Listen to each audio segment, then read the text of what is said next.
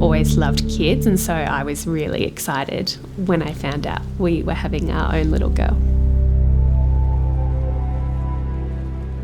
I just kind of assumed that it would be really easy and natural for me.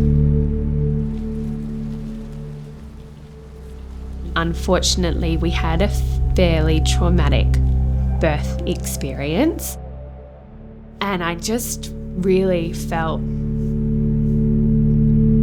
like a failure in that moment.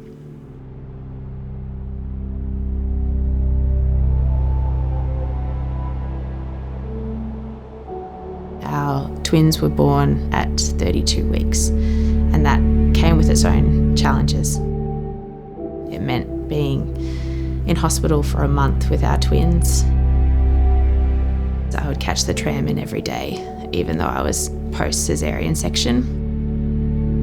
I knew that I needed rest and support, but it's really hard to ask for that rest and support and also to accept it, so.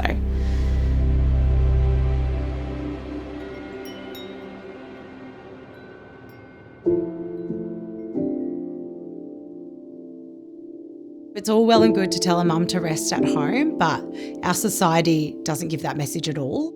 So it's really hard to properly lean into that rest.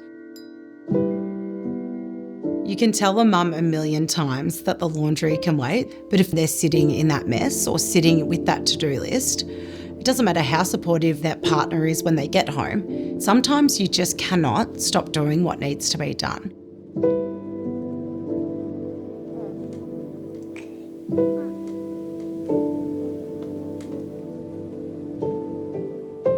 Midwife came to us and she looked at the baby and said, "Oh, she's doing amazing." And then she looked at me and said, "You are in pain." And I just went and cried in the shower because, I forgot about myself. I thought I just need to focus on the baby.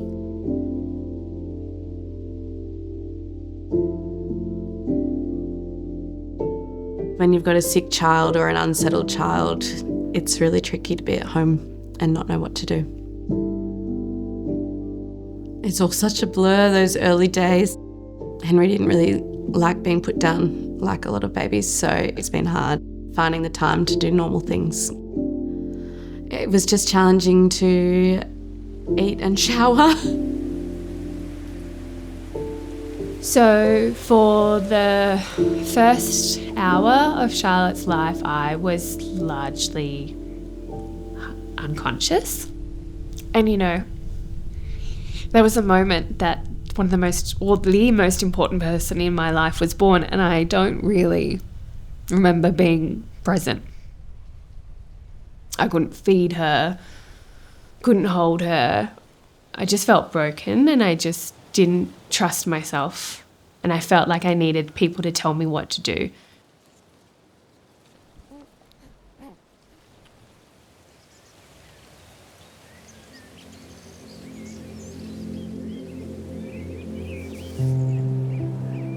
I think the hard part about asking for help is when you only need it a little bit.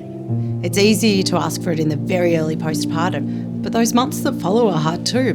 But because you present as having it all together at that point, it becomes harder to ask for that help when really your life just begins and gets busier and busier. I just don't think we can underestimate what a lack of sleep does to a person. I really was looking for that support from a woman, just to, give you a hug and be there for you as a mother. Just being mothered.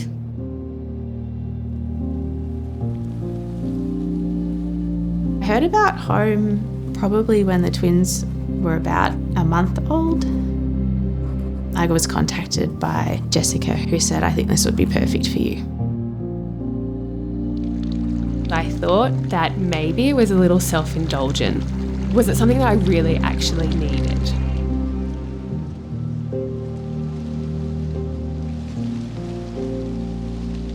The need for rest and the need for a break, it's not a cliche that you need that to be a better mum, it's actually true. So when I came to Homb, I was able to rest. I didn't have to worry about washing or cooking.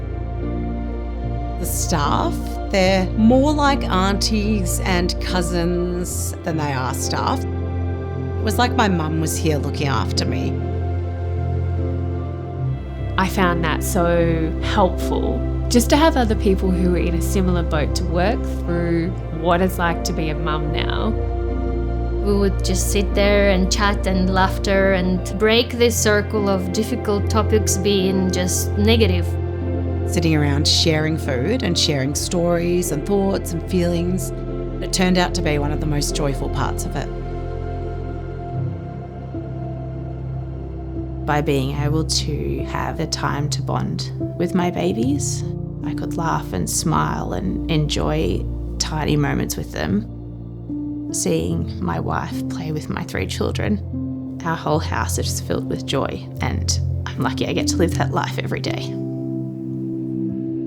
Getting to home, one thing that really impacted me was no one told me what to do. Everyone asked me what did I need. By the end of our stay here, I felt like I could trust myself again. I feel like I'm able to cope with the terrible days because on the good days I'm doing really well. And I know that Nicola, a week after giving birth, was not doing really well. But we are now.